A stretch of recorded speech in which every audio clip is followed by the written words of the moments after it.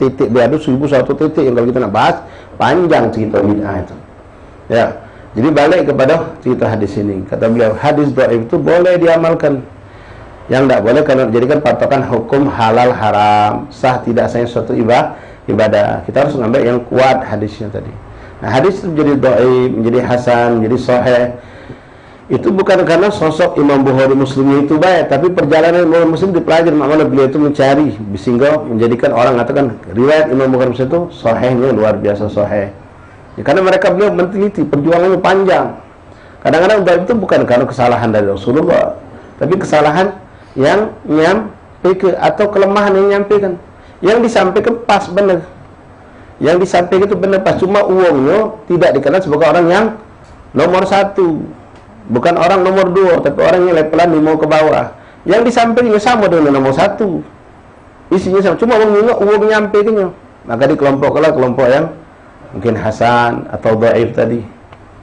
Wahakala. Jelas itu kalau antum nak mendalami, belajar ilmu mustalahul hadis. Nah, ilmu mustalah hadis ini ada zaman Nabi, dah kati.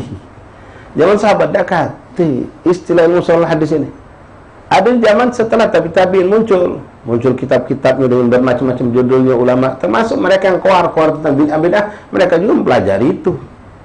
Ya, kalau balik kita bicara bid'ah, ya mereka sendiri memakan ludahnya sendiri.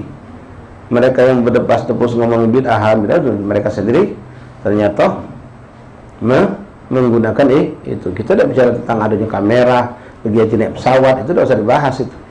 Ya, kalau kita bicara apa kok naik onto pergi haji kemarin. Ya, itu mungkin tidak berhubungan langsung, itu cuma wasilah. Yang benar-benar langsung dengan hubungan dengan ibadah itu sendiri. Ala kulli hal, ikhwan boleh maju dikit. Merapat sedikit. Jadi beliau mengatakan boleh untuk menggunakan hadis dhaif targhib wa tarhib, ya, untuk mengajak orang berbuat kebaikan dan meninggalkan hal-hal yang buruk. Wal fadil ma lam yakun al hadis mawdu'an. Tsumma qala rahimahullah fi kitab at-tajrib wa at-taysir fi ilm al-hadis. Lalu Imam Nawawi pun menyebutkan dalam kitab Tagrib wa Taysir fi ilmu al-hadis, dalam ilmu hadis. Beliau mengatakan al-hadis mawdu' mukhtalif ala Rasulullah SAW fala tahillu riwayatuhu. Kalau hadis mawdu', hadis yang batil, itu memang bertentangan dengan Rasulullah SAW. Mawdu' ini bisa kita kenali dengan apa? Dari ucapan yang tidak masuk logika kita, atau dari ucapan yang dari segi bahasa tidak pantas dan tidak benar kalau Nabi salah ucap. Ya, salah ucap itu tidak mungkin. Jadi dipelajari semua, ngapa pacak dengan mawdu', atau memang dicari sanad ini uangnya tidak kati, tidak jelas siapa uang ini. Sebutkan nama, dicari tidak kati, tahu tentang si fulan ini. Kalau sahabat, ikhwan rahmatullah, sedikit kita menyentuhlah masalah mustalah hadis. Kalau hadis itu disebutkan dari sahabat tapi tidak menyebutkan nama, itu masih bisa dipegang dengan kuat-kuat. Wa an rajulin min ashabi Rasulillah, dari seorang sahabat laki-laki sahabat Rasulullah. Jadi disebutkan sahabat Nabi, maka kita boleh pegang kuat-kuat. Kenapa? Sahabat Nabi kulluhum udul. Semua sahabat Nabi bisa dipegang. Tak perlu kita nak curiga, tak perlu siapa tu sahabat Nabi. Tapi kalau sudah naik pelajaran tabi'in, apalagi dibuat tabi'in, nak diketahui siapa orangnya ni. Ada budak majlis ustaz yang nyampe ke, siapa budak majlis yang banyak levelannya. Ada yang Masya Allah istiqomah, Masya Allah pacak dia omong, ada yang besar lak-lakanya daripada benarnya. Nah, kita nak tahu dari siapa penyampaian ini. Dari siapa. Nah, begitulah kondisi seperti itu. Tapi kalau sudah sahabat, maka itu tidak diragukan, walaupun tidak menyebutkan namanya siapa periwayat dari sahabat itu, dibenarkan hadis itu bisa nak masuk kategori sahih ataupun hasan. Tapi kalau di bawah sahabat, tabi'in, bawah kitab tabi'in, bagi bawah lagi, ya itu boleh jadi. Ya, kadang-kadang ada orang itu Masya Allah dulu alim, faqih, hebat, hafal segala macam hadis, begitu dia tua agak ngeror. Nah, lagi dilihat dia meriwayatkan hadis kapan? Pas sudah dia ngeror apa sebelum ngeror? Kalau dia sudah ada pikun-pikunnya, maka hadis itu akan disingkirkan dulu. Ini belum tentu benar kalau. Apa? Dia nyampaikan waktu dia sudah umur 80 lebih, waktu itu dia sudah agak pikun. Tapi hadis ini kapan? Waktu dia umur masih di bawah 80, belum dia pikun. Dari sikap orang bisa jadi dua kekuatan hadis yang berbeda. Ada juga ulama itu dia tidak hebat apalagi, tapi dia punya catatan komplit. Setiap orang nanya apa, dia ada catatannya, ini juga hebat. Tapi subhanallah pas suatu masa catatan ini hangus terbakar galau. Sehingga masih disimpan itu sebagian baik. Nah ini nanti beda lagi ketika ente ngambil sanad dia sebelum terjadi musibah sama setelah jadi musibah. Wahakada. Kadang-kadang ada sama nama ulama itu sama Abdullah bin Uthman bin Ali. Ternyata ada 3 kok nama yang sama. Nah, yang mana ini? Diteliti oleh ulama tuh. Dicari mana di Irak, apa di Mesir, apa di Suriah. Oh kalau di Mesir punya pakam, kalau di Suriah orangnya begini. Oh subhanallah ya kan. Hebat jasa ulama hadis itu luar biasa. Ya, jangan kita langsung sombong, hadis dhaif itu. Sombongan kau. Kau meneliti hadis belum pernah. Ini langsung menyepelekan hadis dhaif. Nak ngambil hadis sahihnya. La haula wala quwata illa billah. Thumma qala rahimahullah fi kitab at-Tagrib at-Taysir fi ilm al-hadis. Lalu beliau Imam Nawawi mengatakan dalam kitab beliau Tagrib at-Taysir fi ilm al-hadis, al-hadis al-mawdu' mukhtalif ala Rasulullah SAW. Hadis maudhu itu bertentangan dengan apa yang datang dari Rasulullah. Fala tahillu riwayatuhu, maka tak boleh kita mengambil riwayat hadis tersebut, tak boleh disampaikan. Ya, tak boleh disampaikan. Kalau nak disampaikan boleh untuk sekedar dipelajari dan dijelaskan ini hadisnya maudhu. Ini hadisnya maudhu. Bahkan kita pernah dengar cerita ada salah satu tokoh ulama besar, kalau tak salah, ya Abdullah bin Abdul Ghadir al-Faqih. Waktu beliau belajar ngapal, kan belum muslim loh, hafal puluhan ribu hadis dengan sanad loh. Bukan cuma hafal hadis, bahkan ulama mengatakan menjadi hafid. Al-hafid sebenarnya bukan untuk menghafal Quran. Istilah al-hafid itu sebenarnya untuk orang menghafal sekian puluh ribu hadis dengan sanad. Tidak gampang loh, ngapal sanad itu boleh jadi dari keluarnya hadis sampai ke Rasulullah itu ada 15 sampai 17 nama. Inti hafal ke kalau yang inti hafalnya bukan 1 10 hadis, 10 sekian puluh ribu hadis. Inti hafal dengan sanadnya. An fulan an fulan an fulan an fulan an fulan an fulan an habib Rasulullah kata Rasulullah. Tidak gampang. Bahkan sebagaimana yang mengatakan menjadi seorang muslim yang al-hafid yang sebenarnya dipakai istilah al-hafid itu untuk penghafal hadis tadi itu lebih berat daripada menghafal Quran. Walaupun memang resikonya beda. Kalau salah tidak akan seperti dosa kalau orang salah dalam menghafal Quran. Nah, mereka hafal. Nah, Habib Abdullah bin Abdul Ghadir kalau saya tidak salah, wa illa bukan beliau, mungkin ada satu tokoh ulama besar. Itu waktu beliau memulai menghafal hadis, beliau tidak tahu disuruh abangnya ngapal dulu hadis maudhu. Dia hafalkan hadis maudhu itu. Sekian ratus hadis dia hafal, dengan susah payah. Sudah selesai, sudah hafal. Apa jawabannya? Yang kau hafal itu hadis maudhu galau. Bang, tuh apa ngapal hadis maudhu di bahasa kita nih? Biar kau tahu selain yang itu berarti bukan maudhu. Jadi yang maudhu dulu dihafal, biar kau tahu berarti selain yang kau sudah hafal itu hadisnya imma dhaif, imma hasan, imma sahih. Kalau tidak dhaif, dia hadisnya hasan atau hadisnya sahih, bukan maudhu. Kenapa? Yang maudhu kau sudah tahu galau. Berarti selain itu adalah hadis yang bisa dipakai. Itu teori orang untuk ngapal boleh jadi seperti itu. Jadi yang sawa dulu, yang keluar dari kategori sahih ini dihafal dulu sehingga kita tahu selain ini bagi kita tahu. Macam antum belajar ilmu fikih, hadis apa tentang najis ringan, najis berat, najis sedang. Yang pertama dijelaskan tentang ringan sama berat dulu. Duika ini. Kalau ente sudah tahu duika ini berarti sisanya masuk najis pertengahan galau. Dah usah dibahas lagi, sudah tahu.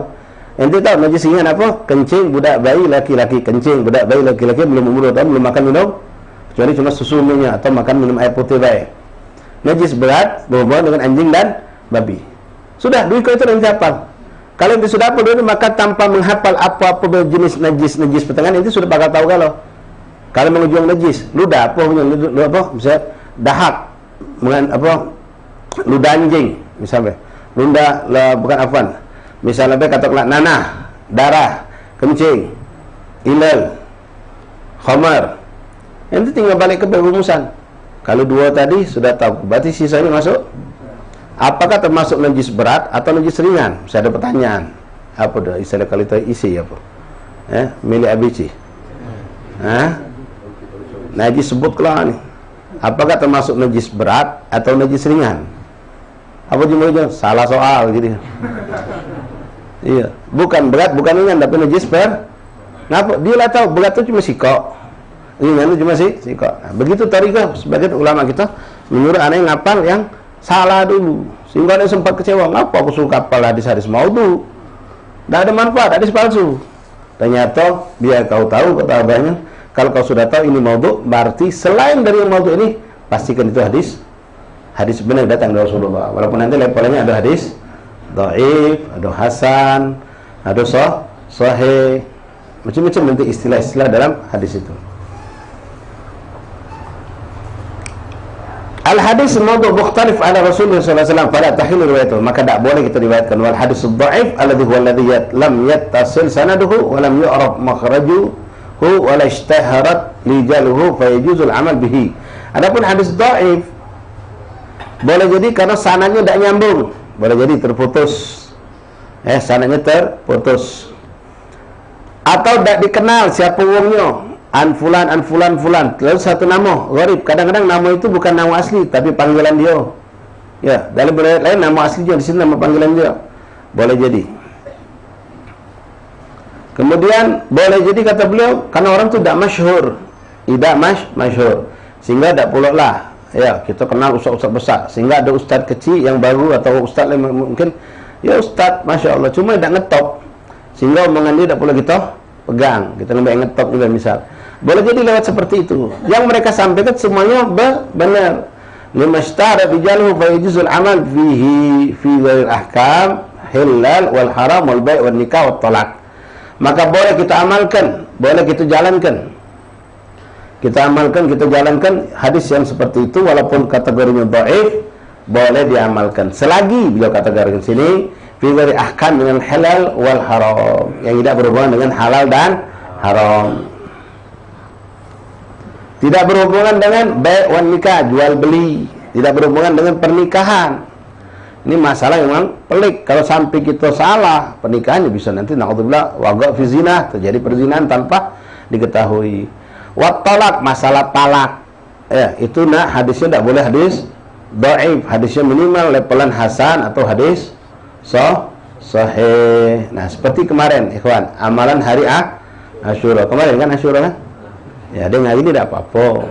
Ya, cuma jangan kemarin hari Senin nanti puasa Tasu'a, kemarin ini tidak puasa, saya ini hari Asyuranya. Nah, kemarin hari apa? Jangan pelin-pelan. Ya. Dan tidak pula nak direpot ke, tidak pula nak direbut ke. Tapi Ustaz Fulan tu dia sehari ini bagi duit Asyura. Ujungnya hari ini Asyura. Ustaz ente siapa? Ustaz Ana, Ustaz Suki. Ustaz Suki kapan? Hari Selasa. Sudah melek Ustaz Suki. Kenapa nak bingung? Ya. Kadang-kadang kita ni membingungkan diri dewek yang tak perlu dengar dibingungkan. Masalah kecil dibesarkan. Ya. Tak usah bingung. Yang penting kalau nak ngenjuk duit 2 hari tak apa-apa, babe. Ya, kemarin nyantuni hari Asyura, saya ini nyantuni lagi. Tak apa-apa. Kita kumpul budak yatim baik-baik. Kemarin bagi ke saya ini tak apa-apa. Tapi kalau puasa tu sehari baik. Ya, Asyura, Tasu'a. Saya ini tak usah puasa. Wahakadha. Ya, aduh saya ini ngenjuk bubur. Aduh, nah, nyebut bubur datang. Ada yang saya ini baru pergi ke bubur Asyura. Tak apa-apa, silahkan. Ya, tergantung. Yang penting jangan nyala ke wong. Itu kan pendapat. Nah, seperti amalan Asyura kemarin, ikhwan. Dari amalan-amalan yang dianjurkan oleh ulama, macam-macam kan? Ada yang hadisnya sahih. Seperti puasa sunnah hari Asyura, itu sahih. Kuat hadisnya. Termasuk juga tausial, melebihkan makanan belanjaan untuk keluarga. Termasuk juga menyantuni yatim. Nanti ada juga yang hadisnya hasan, ada lagi dhaif seperti apa? Pakai apa? Celak mata, yang mengunjungi orang sakit, mengunjungi ulama. Tapi semua itu yang disampaikan oleh ulama untuk kita amalkan, tidak ada satupun yang sifatnya maudhu. Dak kata hadis palsu kata. Boleh jadi dhaif, boleh jadi naik levelan hasan, dan ada yang sahih seperti puasa itu sahih, jelas-jelas itu hadisnya kuat dan banyak menceritakan Rasulullah menyuruh kita puasa hari Tasu'a dan hari Asyura, itu sangat kuat hadisnya. Ya. Nah, jadi untuk fadl amal dibolehkan. La ilaha illallah Muhammadur Rasulullah SAW.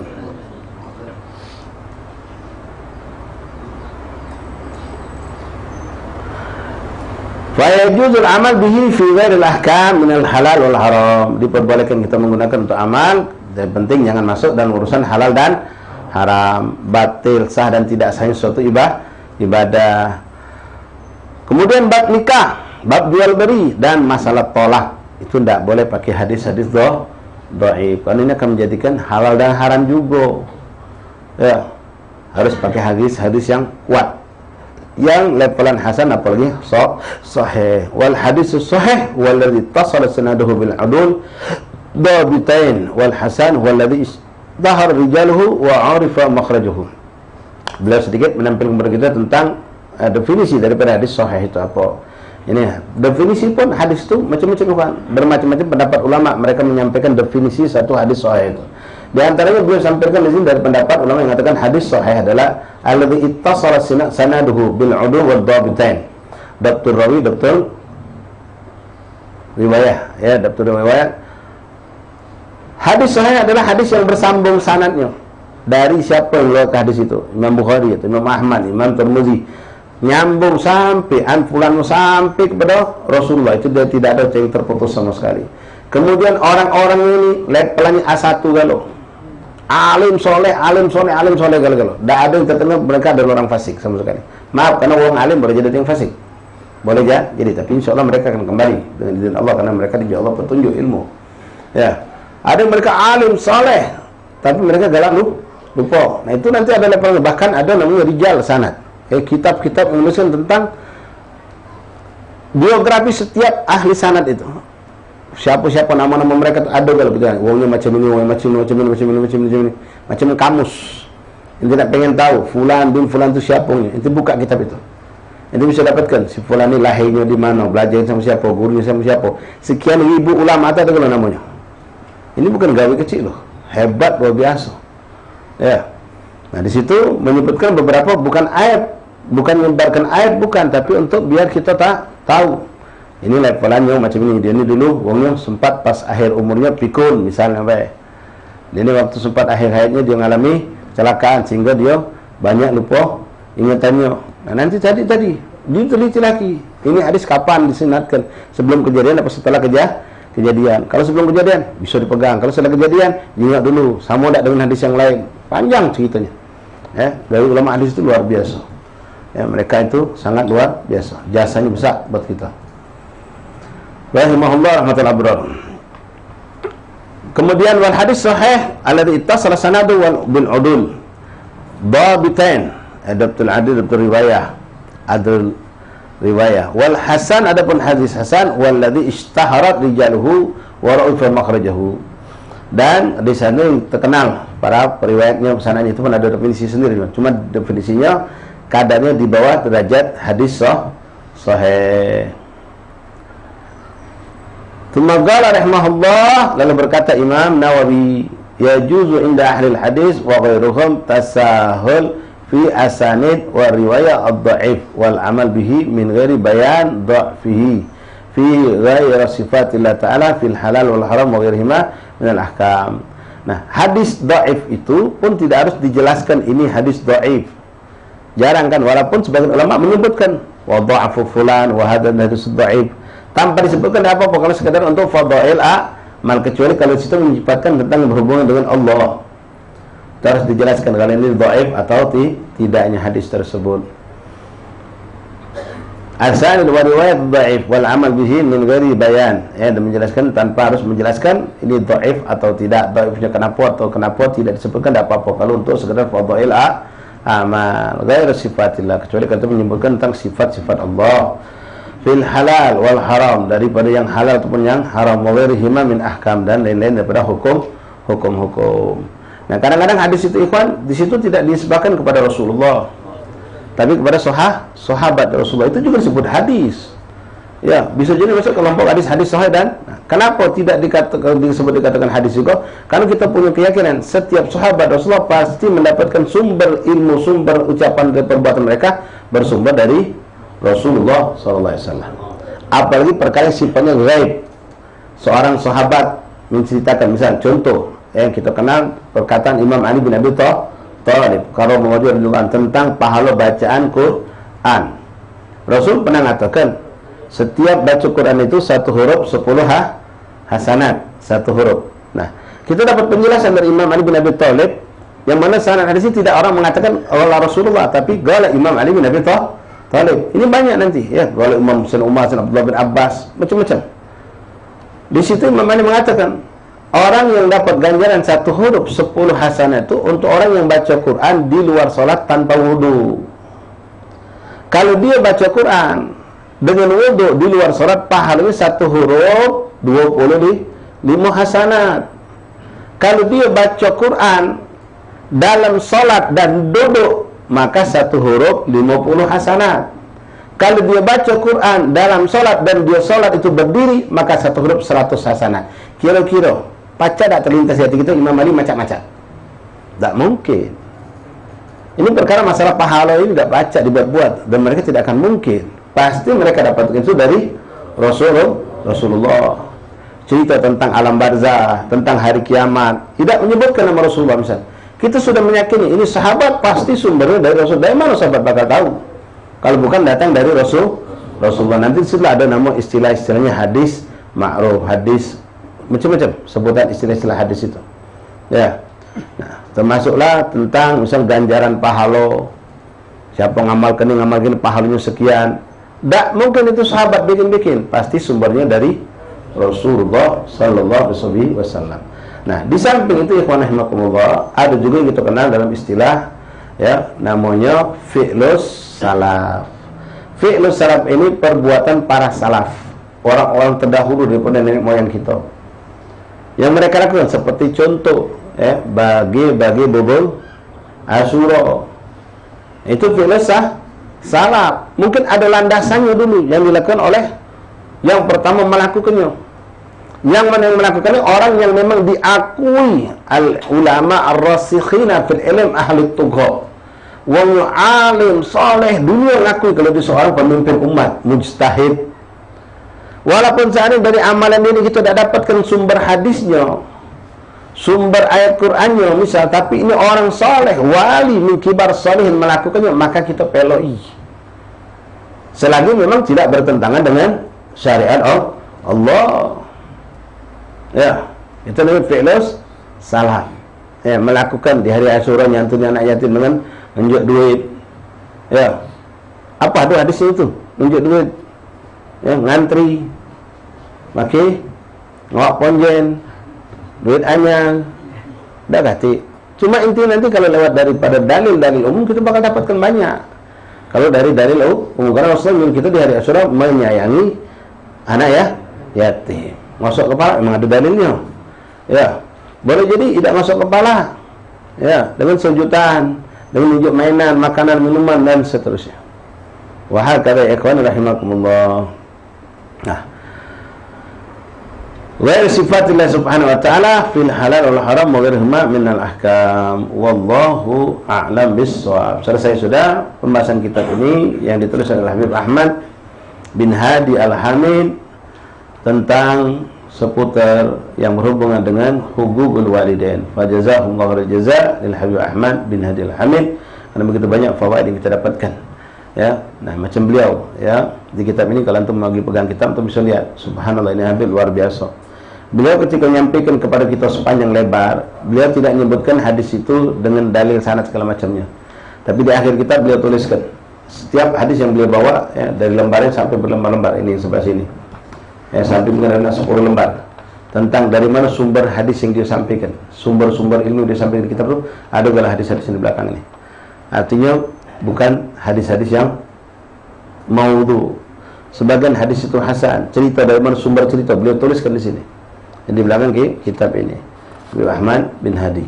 Ya, banyak sekali beliau sebutkan di sini tentang hadis-hadis tersebut, riwayat siapa, bahkan dari kitab apa, lembaran berapa, nomor hadis yang berapa disebutkan oleh beliau di dalam kitab ini. Artinya tidak ada keraguan kita untuk mengambil isi kitab ini, karena semuanya bersumber dari hadis-hadis Rasulullah SAW dan kutubus salaf yang bisa dipegang atau kita jadikan pegangan. La ilaha illallah Muhammadur Rasulullah sallallahu alaihi wasallam. Ma'asyil ahbab, hadirin rahimakumullah. Alhamdulillah dengan izin Allah kitab ini telah selesai kita baca, dan mudah-mudahan ya, tidak ada yang terlewatkan, dan kami minta maaf, mohon ampun kepada Allah. Astagfirullah wa atubu ilaih. Kalau ada kesalahan, kehilapan kami dalam menjelaskan atau mengartikan atau menyampaikan daripada pemahaman daripada kitab ini selama kita belajar, dan mudah-mudahan semua kebaikan itu datang dari sisi Allah, dan mudah-mudahan apa yang kita dengar bisa menjadi motivasi kita untuk lebih menjadi anak yang soleh, berbakti kepada kedua orang tua kita, dan mudah-mudahan kita pun diberikan Allah anak keturunan yang soleh dan soleha insyaallah taala. Amin ya rabbal alamin. Ma'asyar ahbab rahimani rahimakumullah. Ya, sedikit penjelasan tambahan mengenai anak yatim. Ya, anak yatim itu ya semua kita tahu adalah anak yang meninggal abahnya. Istilah piatu itu ada di kita, di luar sana tak kati nama piatu. Ya, yatim piatu kalau tak punya tak punya emaknya meninggal, minta maaf. Kalau emak masih hidup cuma berpisah, itu tidak masuk kategori anak yatim. Ya, emak bapaknya bercerai. Ya, kondisinya kadang-kadang sama dengan anak yatim. Ketika si bapak tak peduli dengan anak. Sudah pernah kami sampaikan sering, ikhwan, hati-hati, minta maaf ikhwan, memang perceraian itu ketentuan Allah berlaku. Ya, cuma kita harus paham, jangan kita muaskan hawa nafsu, kita bercerai lalu kita tak lagi mau tahu urusan anak kita. Ya, itu tanggung jawab. Tanggung jawab di sisi Allah ada hukumnya. Kita wajib memberikan nafkah. Kadang-kadang kita dapatkan, minta maaf, banyak budak-budak emak masih ada, tapi kondisi budak itu tak lebih dari anak yatim, tak dilogoi, tak dididik, tak diarahkan. Sementara anak yatim alhamdulillah ada yang terdidik. Satu yang ingin kami tekankan di sini, yuk kita sama-sama buang image, ya, atau kan mana image, suatu pandangan yang sudah seakan-akan membeku atau sudah menjadi pandangan yang dianggap sah. Apa itu? Budak yatim tu nakal tu wajar. Ya, budak yatim kalau nakal wajar. Sampai ketika budak yatim itu nakal, membuat hal-hal yang tak boleh lakukan, mengganggu orang lain, ngambil barang lain, maling dan ngomong kotor segala macam, tak ada orang yang berani negaunya. Kenapa? Takut kualat. Ini sering sampai sekarang masih ada. Ketika anak yatim melakukan kesalahan, pas kita nak marahi, nak kita cubit, dimarahi orang kita. Jangan kau cubit, jangan kau marahi budak itu ngapo? Itu anak yatim. Kita yang nak nyubit dah jadi. Alhamdulillah, untung tinggi otak kereta tadi cubit budak itu sudah. Terlepas dia dengar tak dengar, bangsa dia dengar, no sudah jadi raja aku. Besok bukan lembek dari gelak tinggi kau, gawat ini gelak. Maling dia berdosa ikhwan. Ya, justru anak itu perlu lebih kita jaga. Memang kita harus memberikan syafaqah lebih, kasih sayang lebih, karena budak ini tidak punya apa. Ya, ketika dia bergocok, dibawa main sama anak kawan-kawannya, bang dia mek, kalau anak kita bagi jari kita. Ada katik kita ya umiknya. Biasanya kalau lokak yang macam itu bagi ke abah. Ya. Katik abah. Nak bagi mana dia? Kita perlu perhatikan mereka sayang. Yang Rasulullah katakan anak wakaf terhadap perhatian. Aku dan wong yang memperhatikan anak yatim itu seperti ini kata Rasul di surga. Memastikan wong yang memang tulus ikhlas menjaga anak yatim, melindungi anak yatim, memelihara anak yatim, memperhatikan mereka pasti masuk surga, bahkan dekat sama Rasulullah. Bukan membiarkan mereka dalam kesalahan. Sampai sering kita dengar ketika ada budak nakal lebih dari yang lain, siapa dia kata Allah kengical budak ini. Wih, sampai kita gitu budak ini. Kawannya digocoknya kan. Ngomong kotor pula. Sampai kita nanya, anak siapa itu? Anak almarhum Fulan bin Fulan. Anak yatim, pantas. Anak yatim, pantas uji kita. Padahal Allah haram kita mengatakan pantas itu. Tak boleh, tak pantas anak yatim itu untuk berbuat dosa atau kesalahan, sama seperti anak kita. Ya, kalau antum sebagai abahnya di alam kubur, dengan anak antum salah, didiam ke pucuk bumi, nangis antum. Nangis. Mari kita rubah sikap. Kemudian, ikhwan, perhatian anak yatim bukan tanggal 10 Muharram baik sepanjang tahun. Sekarang banyak dapat amplop dari 7 tempat saya ini. Ya, mau ya amplop dapat 11 juta, barang kali, kalau habis itu besok jajan itu tantum sebulan kosong kas. Yang duit lagi sago. Ya, jadi kita perhatikan mereka bukan hanya masalah duit, pendidikan mereka. Anak sebulan tuh waktu meninggal dulu umur 4 tahun, sekarang abahnya meninggal 3 tahun, sekarang umur 7 tahun. Lah pacak ngaji belum? Lalu itu wudhu belum? Itu yang harus kita perhatikan. Bukan cuma memberikan nafkah duit, walaupun itu bagian dari berperhatian. Ya itu yang disenangi dan diharapkan Rasulullah, perhatian dengan pertumbuhan mereka dalam urusan agama, akhlak dan segala macamnya. Wallahu a'lam bishawab. Ikhwan dan mungkin sampai di sini dulu majlis kita pada petang hari ini, insyaallah dengan afiat. Jadi untuk Sabtu hari Rabu yang akan datang insyaallah kita kembali akan menyelesaikan pembacaan kitab Al-Adhkar. Malam hari ini jatuh yang punya waktu, kemampuan, kemauan. Badal maghrib kita kumpul di Masjid Haddad, baca zikir, ziarah, kemudian badal isya kita akan menziarahi makam-makam aulia ulama yang ada di seberang hulu, dan jalsa penutup di makam Nabi Ahmad bin Hasan Al-Habsyi insyaallah taala. Wallahu a'lam bishawab. Bismillahirrahmanirrahim. Alhamdulillahi rabbil alamin. Allahumma shalli wa sallim وعلى آل سيدنا محمد يا ربنا اعترفنا بأننا وأننا أشرفنا على الأبرار تب علينا توبة تغفر لكل حوبة واستر لنا العورات وآمن الروعات واغفر لوالدينا ربي ومولودينا والأهل والإخوان وسائر الخلان وكل ذي محبة أو جيرة أو صحبة والمسلمين أجمعين يا ربي فضلا وجودا منا لا باكتساب منا للمصطفى الرسول نحظى بكل صلى وسلم ربي عليه وآله وصحبه هداية كرسي صحبه والحمد لله. فاتح من قلت رسول الله حضرة رسول بدر سيدنا محمد صلى الله عليه وسلم أهل بيت وأزواج ذريته وأنصاره وصحبه بسم الله وكافة والقرب أهل مع الأبلغ يهزم الفرق من أهل حضر والأخبار والرسول كلهم خصوصا لذكر أسمائهم مؤلف هذا الكتاب الإمام أبي زكريا يحيى شرف الدين النووي الدمشقي وصاحب كتاب عطف الفضيل حبيب البركة أحمد بن هادي الحامد والحبيب صاحب هذا الدار أبي محمد بن محسن السقاف والدينا وليكم أماتكم المسلمين الله يغفر لهم ويرحم مسلمين برحمة الله يدخلهم في قبورهم روحهم والريحان بشرى مستقر الرضوان واجعل يا ابن قبورهم ذو الجنان وعلى نية الشفاء من كل دواء والمساقم خصوصا لمن أوصل بالشفاء سبني بن سحيري بن سمرنا وكل من أوصل بالشفاء الإخوان أصبنا أحمد الله يشفيهم شفاء عاجلا شفاء لا يرزقون ولا عالما يؤمن لهم يكون زوجات كرمهم زوج التقوى والاستقامة يحتمل ومسلم خاتم فيه من العافية وإلى حضرة النبي. فاتحة. أعوذ بالله من الشيطان الرجيم. بسم الله الرحمن الرحيم. الحمد لله رب العالمين الرحمن الرحيم مالك يوم الدين إياك نعبد وإياك نستعين اهدنا الصراط المستقيم صراط الذين أنعمت عليهم غير المغضوب عليهم ولا الضالين آمين. آمين.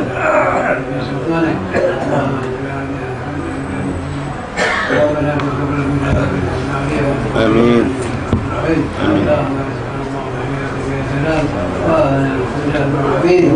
تقبل الله منكم تقبل يا كريم.